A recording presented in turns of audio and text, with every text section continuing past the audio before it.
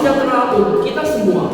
Perkenalkan, nama saya Stanley, peserta PPG dalam jabatan tahun 2023 di LPTK Universitas Negeri Semarang.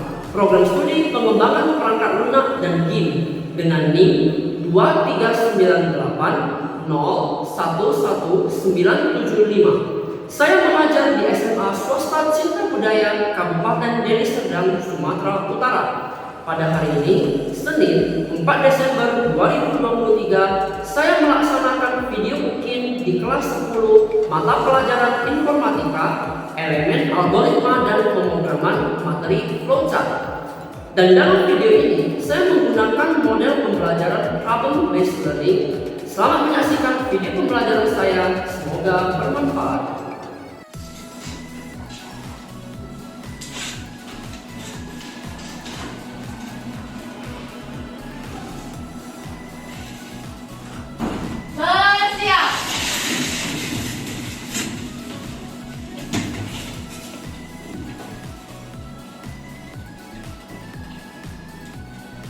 Baik, sebelum kita memulai pembelajaran pada siang hari ini, kita berdoa dulu. Kelas. Doa dimulai.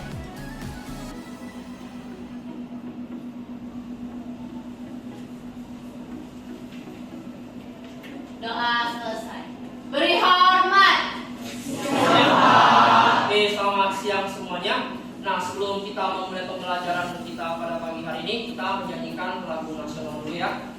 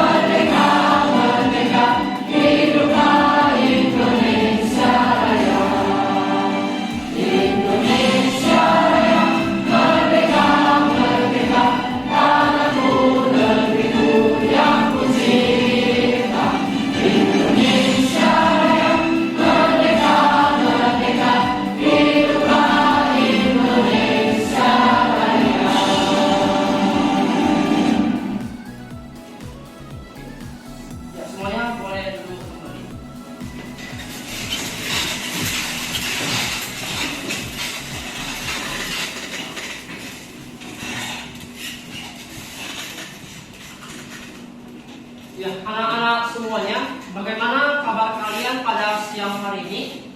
Baik. Baik ya semuanya ya.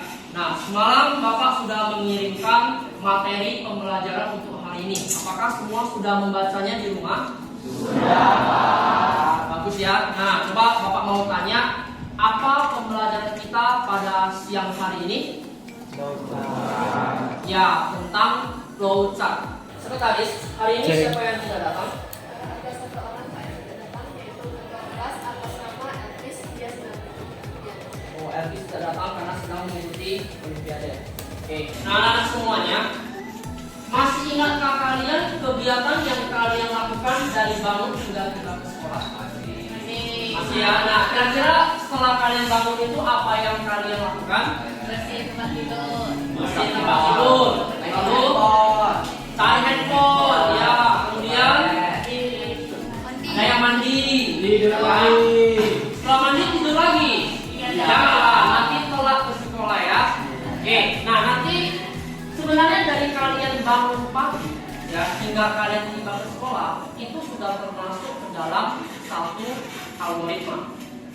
Ya, jadi nanti kalian yang memang mempunyai cita-cita ingin menjadi seorang programmer ya, kalian harus menguasai dulu yang namanya flowchart. Oke. Nah, anak-anak semuanya, ada yang tahu apa itu algoritma? Susunan. Kemudian yang lain kode. Yang lainnya program. Kemudian sistem. Oke. Nah, pengertiannya secara lengkap akan kita pelajari nanti. Nah, tujuan pembelajaran kita pada hari ini adalah supaya peserta didik mampu memahami, membaca, dan menulis algoritma dengan menggunakan flowchart secara baik dan benar. Alur pembelajaran flowchart kita pada hari ini itu meliputi yang pertama ada pretest, yang kedua pemaparan materi, yang ketiga ice breaking, yang keempat diskusi kelompok, kelima presentasi, keenam proses, ketujuh refleksi, dan yang kedelapan adalah tentang kesimpulan. Nah, untuk memulai pembelajaran kita, marilah kita semua melaksanakan pretest terlebih dahulu. Anak-anak semuanya silakan buka handphonenya. Oke, keluarkan handphone, buka handphone dan silakan scan barcode yang ada di depan. Bapak berikan waktu kalian untuk mengerjakan selama 3 sampai 5 menit.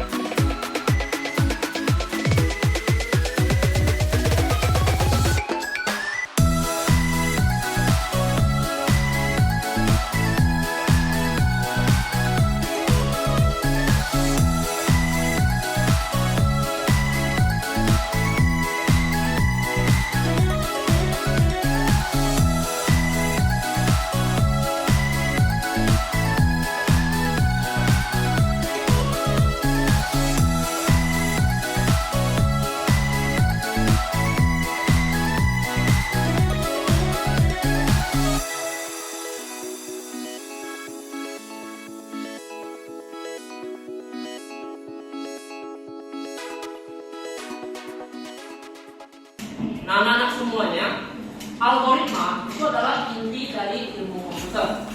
Algoritma adalah urutan langkah-langkah logis penyelesaian masalah yang disusun secara sistematis dan logis. Nah, coba anak-anak semuanya lihat, ini gambar apa? Kartu ATM. Kartu ATM ya. Nah, bagaimana langkah-langkah kita mau mengambil uang dari ATM? Maka yang pertama kita harus punya dulu kartu ATM ya. Walaupun sekarang sebenarnya tanpa kartu ATM pun kita sudah bisa tarik uang ya. Oke, bisa tarik tunai. Nah, setelah kita ada kartu ATM, maka kita harus apa nih? Kita harus tahu dulu apa kuncinya, yaitu apa PIN kita. Oke, kemudian kita masukkan kartunya ke mesin ATM. Setelah itu kita masukkanlah PIN yang tadi yang kita punya, kemudian kita masukkan berapa nominal uang yang mau kita tarik. Nah, baru terakhir dari mesin ATM itu keluarlah uang. Oke ya. Nah, itulah algoritma dalam kehidupan. Ini namanya algoritma untuk tarik uang ya, atau tarik tunai. Oke. Nah, berikutnya kita akan membahas tentang flowchart. Flowchart itu adalah bentuk gambar atau diagram yang mempunyai aliran satu atau dua arah secara sekuensial. Nah, apa fungsi dari flowchart itu? Perhatikan. Kegunaannya yang pertama adalah untuk mendesain program, yang kedua untuk merepresentasikan program. Nah, perhatikan simbol-simbol flowchart berikut. Oke, ini adalah simbol-simbol yang harus kalian hafal. Ya, nah yang pertama itu ada lambang tentang apa ini? Lambang apa? Oval ya. Oke, lambang oval itu menyatakan bahwasannya mulai atau selesai. Start of end. Oke, nah yang kedua ini adalah panah. Tanda panah itu menunjukkan aliran data. Jadi dia harus jalan kemana? Itu adalah tanda panah. Yang ketiga ini gambar apa? Jajar genjang. Nah, jajar genjang itu menyatakan input atau output. Yang keempat apa ini? Persegi panjang. Persegi panjang menyatakan proses. Oke, next. Nah ini gambar apa? Gambar apa? Belang ketupat. Belang ketupat mengartikan sebagai percabangan atau decision. Jadi artinya nanti di program kita itu bakal ada kondisi-kondisi tertentu. Ya, ketika dia bernilai benar apa yang dilakukan, ketika nanti dia bernilai salah apa yang dilakukan. Next. Ini gambar apa? Segi 6 ya. Oke, segi 6 atau heksagonal ya, itu adalah pemberian nilai awal suatu variabel. Apabila kita memiliki variabel yang nilainya memang sudah tetap, maka kita gunakan simbol ini. Apa contoh misalnya yang paling simpel di matematika, nilai yang sudah pasti? Apa? Bisa berikan contoh? Benar, yaitu nilai P. Nilai P kan sudah pasti nilainya adalah berapa? 3,14 atau 22/7. Nah, ketika kita mau menyatakan nilai P itu adalah 22/7, kita gunakan simbol ini. Oke ya. Nah, kemudian berikutnya lambang seperti ini, di mana persegi panjang tapi di kedua sisinya ada seperti ini. Itu artinya adalah memanggil prosedur atau fungsi. Nah, kemudian lagi ada lambang bulat dengan A, itu menyatakan sebagai konektor. Kemudian ada lambang seperti ini, segi 5, ya, itu menyatakan sebagai off-page connector atau konektor ke halaman lain.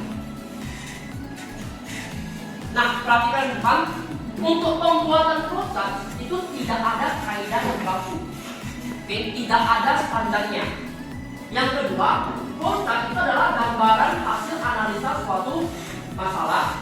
Kemudian flowchart dapat bervariasi antara satu pemrogram dengan pemrogram lainnya. Yang keempat, hindari pengulangan proses yang tidak perlu dan logika yang berbelit-belit sehingga jalannya proses menjadi singkat. Jadi ketika bisa program itu sederhana, kita jangan membuatnya menjadi sangat rumit, ya. Kemudian yang terakhir, jalannya proses digambarkan dari atas ke bawah dan diberikan tanda panah untuk memperjelas, ya. Nah, coba perhatikan flowchart di depan ini. Ini adalah sebuah contoh flowchart berangkat ke sekolah, ya. Jadi antara satu orang dengan orang lain mungkin alur berangkat ke sekolah itu bisa berbeda-beda. Jadi ini hanya sebuah contoh ya. Nah, jadi yang pertama itu adalah bangun tidur. Nah, perhatikan, bangun tidur itu dibuat dengan bentuk oval. Itu menandakan bahwasanya inilah dimulai. Ya, dimulai dari bangun tidur. Kemudian berikutnya masuk ke proses mandi. Kemudian di sini ada sholat subuh. Kemudian ada memakai seragam, kemudian setelah itu mempersiapkan peralatan sekolah, sarapan pagi, pamit kepada orang tua, berangkat ke sekolah menggunakan sepeda. Berarti contoh flowchart ini dia menggunakan sepeda. Nah, dari sini ada sebuah kondisi sepeda. Nah, apabila kondisi sepedanya itu baik, maka dia langsung berangkat ke sekolah dan terakhir tiba ke sekolah. Nah, apabila kondisi sepedanya itu rusak, maka dia ada antara dua lagi. Dia ada dua pilihan. Yang pertama, apakah menggunakan transportasi umum, atau yang kedua itu meminta diantar oleh orang tua. Nah, kedua proses ini tetap nanti akan berakhir ke tiba di sekolah. Jadi ini hanya sebuah contoh, oke? Nah, coba perhatikan lagi berikutnya. Nah, perhatikan algoritma flowchart yang ada di depan ini. Coba saya mau tanya ke anak-anak ya. Ini adalah algoritma apa? Coba diperhatikan dulu, dianalisis. Ini algoritma apa? algoritma mencari luas persegi ya, benar ya. Jadi perhatikan. Jadi pertama dimulai dengan start. Nah, kemudian ada tanda apa ini? Jajar genjang ya. Jajar genjang tadi untuk apa? Sebagai apa? Input atau output. Nah, di sini dia sebagai input.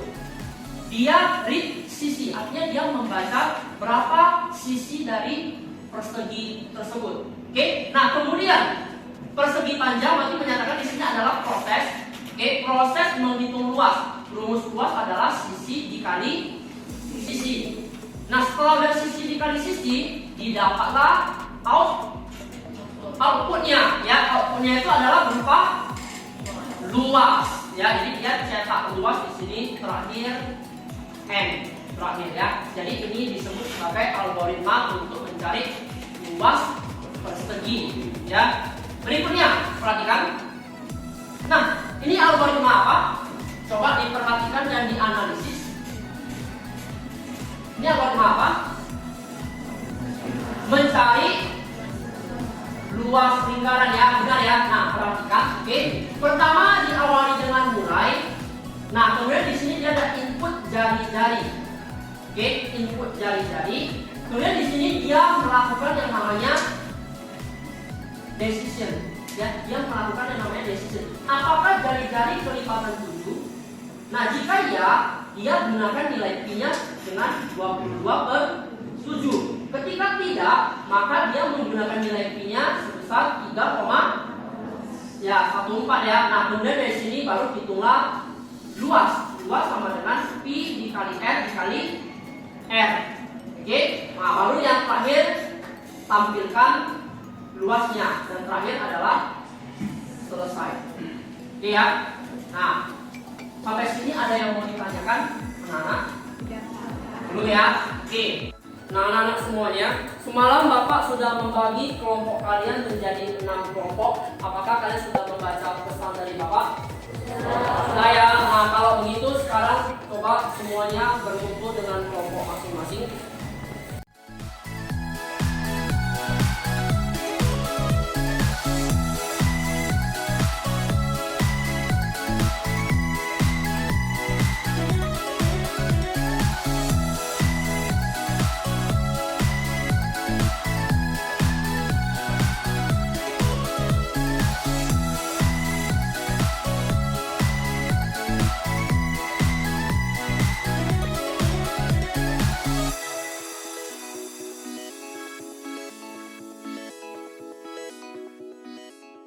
Sebelum kita memulai diskusi kelompok ya, kita cool down sejenak, kita lakukan dulu ice breaking. Nah, kali ini kita akan memainkan permainan yang namanya bit 1, 2, 3. Oke, nah bit 1, 2, 3 itu seperti apa? Perhatikan ya, semua perhatikan. Kalian sambil duduk aja, boleh. Oke. Ketika nanti saya bilang bit 1, kalian harus hafal. Oke, bit 1 seperti ini. Coba semuanya ya, kita sama-sama ya. Bit 1. Oke ya, itu ya. Jangan buat-buat pukulnya nanti pakainya sakit ya. Oke, bit 1. Bit 2, perhatikan ya, bit 2.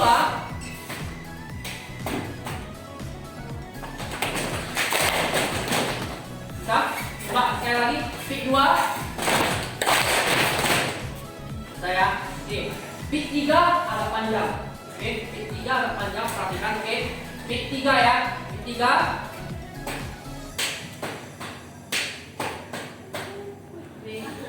Bisa? Kita ulang ya. Oke, kita ulang ya. 1, 2, 1, 2, 1, 2, 3. Oke, bisa. Bisa? Udah hafal kira-kira polanya? Kalau tadi bit 1, bit 2, bit 3. Bisa ya? Nah, di sini Bapak sudah menyiapkan LKPD yang akan dikerjakan oleh masing-masing kelompok ya. Jadi masing-masing hanya satu. Boleh di open ke belakang. Open ke bagian ke belakang. Oke, ini kelompok ini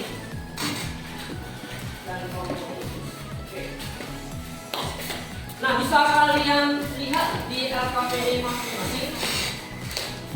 Untuk kasus yang pertama, di sini kalian disuruh untuk membuat program menghitung luas dan sendiri. Jadi nanti masukannya atau inputnya itu adalah jari-jari lingkaran. Oke, nah di sini nanti program akan melakukan pengecekan. Oke, jadi dia akan ada decision apakah mau menghitung luas atau menghitung keliling. Ketika decision yang pertama itu yang terpilih yaitu adalah luas, maka nanti keluarannya adalah luas lingkaran. Dan apabila decisionnya itu adalah pilihan kedua yaitu keliling lingkaran, maka nanti keluarannya adalah hasil dari keliling lingkaran. Sampai sini paham? Ada yang mau ditanyakan? Enggak ya? Nah, yang kedua, oke, ini adalah tentang membayar bakso. Oke, pasti semua pernah lah ya pergi makan bakso ya. Oke, nah masukannya itu adalah total bayar dengan jumlah uang yang harus dibayar. Kemudian program akan melakukan pengecekan terhadap uang yang dibayar. Artinya bakal ada dua kondisi. Kondisi pertama, ketika harga bakso yang harus dibayar pas atau melebihi dari total bayar, oke, maka keluarannya adalah uang kembalian dan juga tanda sudah lunas. Tapi kalau misalnya ternyata harga bakso yang harus dibayar itu kurang dari total bayar, ya misalnya contoh harga baksonya itu 10.000, baru kita bayar 8.000, berarti kan nggak cukup ya. Nah kalau tidak cukup, maka akan keluarnya tuh tulisan uang yang dibayarkan kurang. Oke, artinya harus mengulang lagi ke proses pembayaran. Artinya kalau harga bakso 10.000 kita bayar 8.000, berarti kan nanti keluar pesan ya uang kurang. Bukan berarti kalau uang kurang datanya langsung pergi, enggak. Lanjut lagi ulang lagi ke proses pembayarannya. Nanti akan tambah lagi sampai memenuhi sesuai dengan harga bakso. Itu baru nanti programnya harus end. Oke, seperti itu ya. Ada yang mau kalian tanyakan dari yang latihan kedua ini? Ada? Gak ada ya? Nah kalau gak ada, silakan didiskusikan dengan kelompok masing-masing.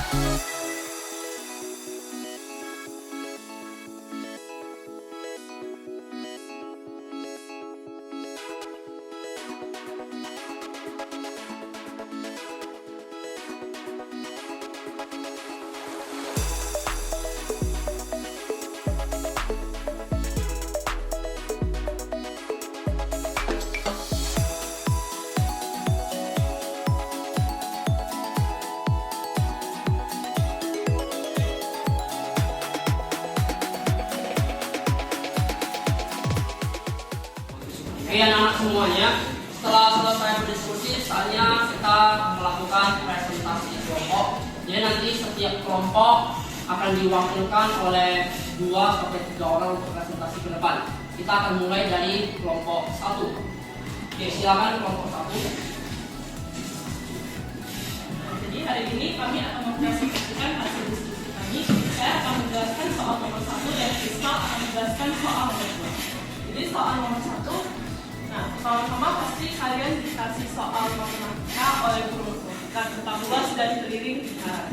Setelah itu masukkan atau inputnya itu adalah jari-jari. Oke, karena yang mau dicari itu kan luas atau lingkaran, luas atau keliling lingkaran. Jadi kalau misalnya dicari itu luas, berarti kita gunakan rumus luas yaitu pi r kuadrat. Pi itu kita anggap saja 3,14. Nah, r kuadrat itu berarti r dikali r. Nah, setelah itu outputnya kita dapatkan luasnya berapa. Setelah itu soal sudah terselesaikan. Jadi kalau misalnya dicari itu keliling, berarti kita gunakan rumus keliling yaitu 2πr. Pi-nya itu seperti tadi kita pakai 3,14. Jadi setelah kita gunakan rumus ini, kita dapatlah keliling lingkaran. Dan setelah itu sama-sama soal terselesaikan.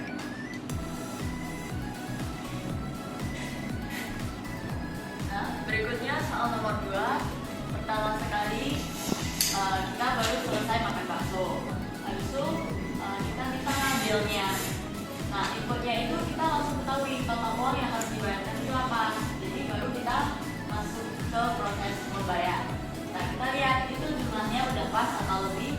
iya atau tidak. Kalau misalnya tidak pas atau lebih, yang berarti jumlahnya kurang, berarti kita balik lagi ke proses bayar dan biar jumlahnya itu bisa pas atau enggak lebih. Nah, kalau misalnya jumlah pas atau lebih, kita lihat dulu itu jumlahnya pas atau lebih. Kalau lebih, berarti kita dapat kembalian baru masuk ke tanda lunas.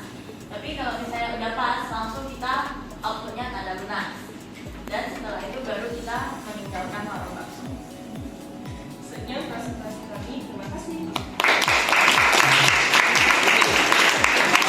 Anak-anak semuanya, dari presentasi kelompok 1 ada yang mau kalian tanyakan? Ada? Ada ya. Kalau begitu terima kasih untuk kelompok 1.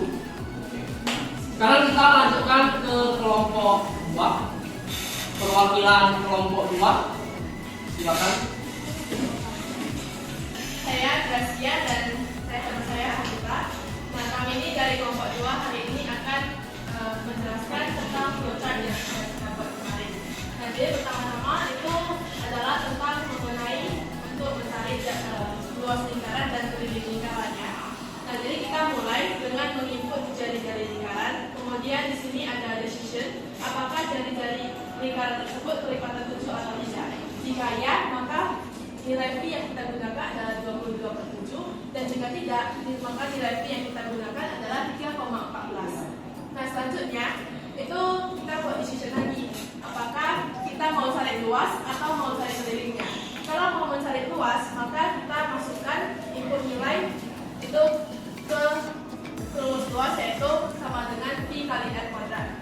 Nah, setelah itu kita masukkan nilai V sama R-nya, terus proses hitung, terus keluar hasil luas lingkaran dan N. Kemudian kalau kita mau mencari keliling lingkaran, maka kita masukkan atau kita input nilainya ke keliling sama dengan 2 kali V kali R. Kita masukkan nilai V dan R, terus hitung kelilingnya, lalu didapatkan hasil keliling lingkaran, kemudian N.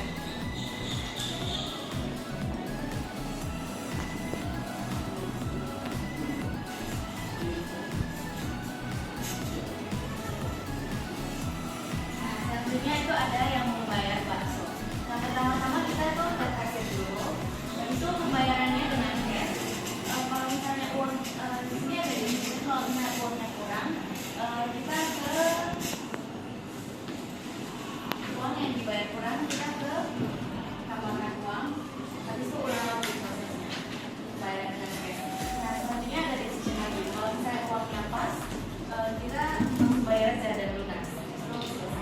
Kalau misalnya uangnya lebih, kita ambil kembali uang, kemudian lunas dan Sekian dari presentasi kami. Terima kasih atas Ya, anak-anak, dari kelompok 2 ada yang mau ditanyakan? Ada? Tidak ada ya. Oke, kalau begitu terima kasih untuk kelompok 2. Sekarang kita lanjut ke kelompok 3.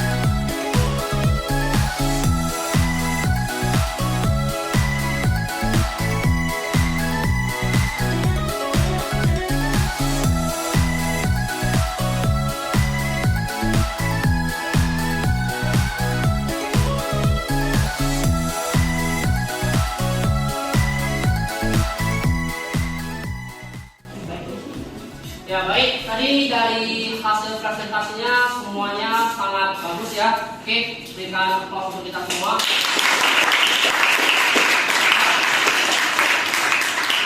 Sekarang saya untuk mengumpulkan semua LKPD-nya untuk nanti akan dinilai. Boleh dipasang saja yang belakang.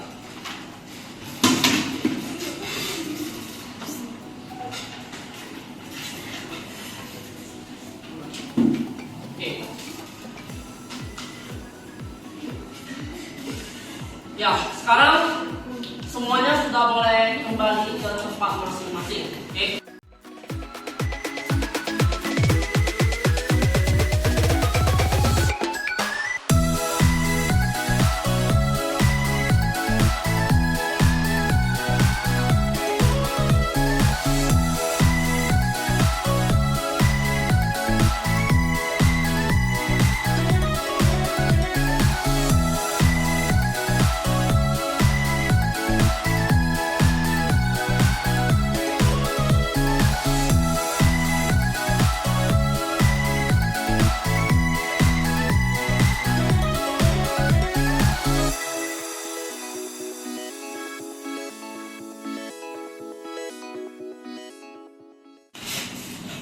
Sekarang kita masuk ke bagian tes ya untuk menguji pengetahuan kalian.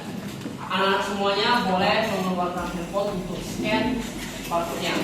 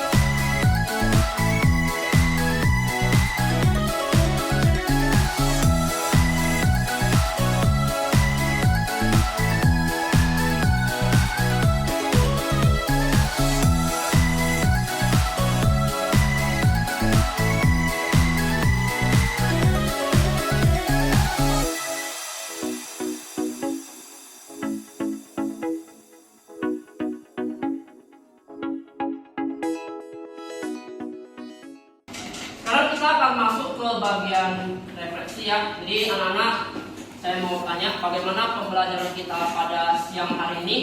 Apakah menyenangkan? Menyenangkan. Apakah anak-anak semua sudah paham tentang materi kita pada siang hari ini? Sudah. Oke, bagus. Nah, untuk melengkapi bagian refleksi, anak-anak dapat men-scan barcode ini dan mengisinya.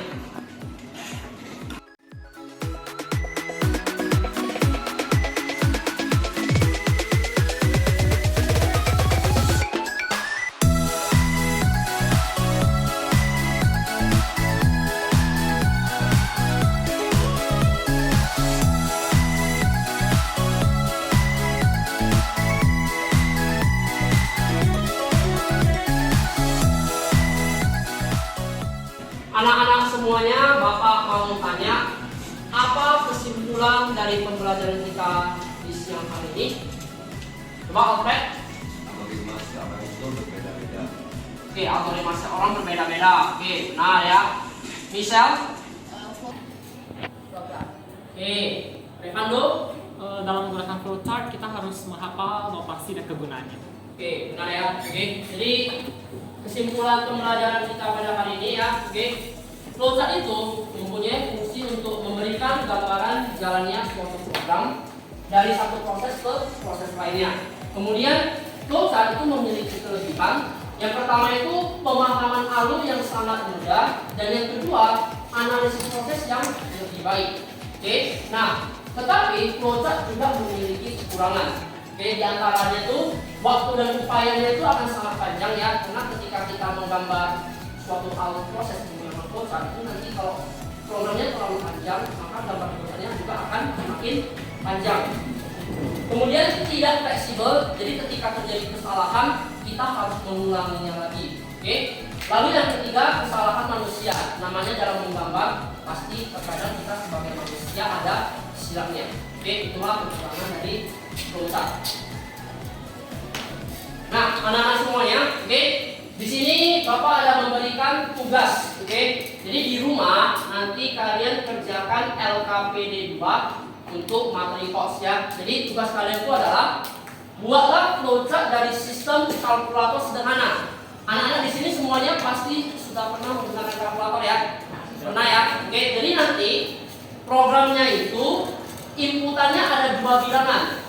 Dan operatornya itu hanya 4, yaitu tambah, kurang, kali, atau bagi. Kemudian nanti programnya akan mencetak hasilnya. Oke, paham untuk tugas di rumahnya anak-anak? Paham ya? Nah, untuk materi selanjutnya minggu depan kita akan belajar yang namanya pseudocode.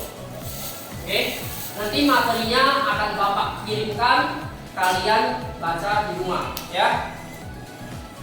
Oke, jadi pembelajaran kita pada siang hari ini sudah selesai. Oke, sebelum kita meninggalkan kelas ini, marilah kita berdoa dulu ya. Ketua kelas Bersiap. Kita mengakhiri pelajaran kita pada hari ini. Marilah kita berdoa dengan kepercayaan dan agama masing-masing. Doa dimulai.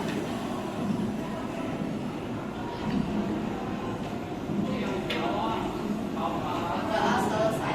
Beri hormat. Oke, sampai jumpa minggu depan.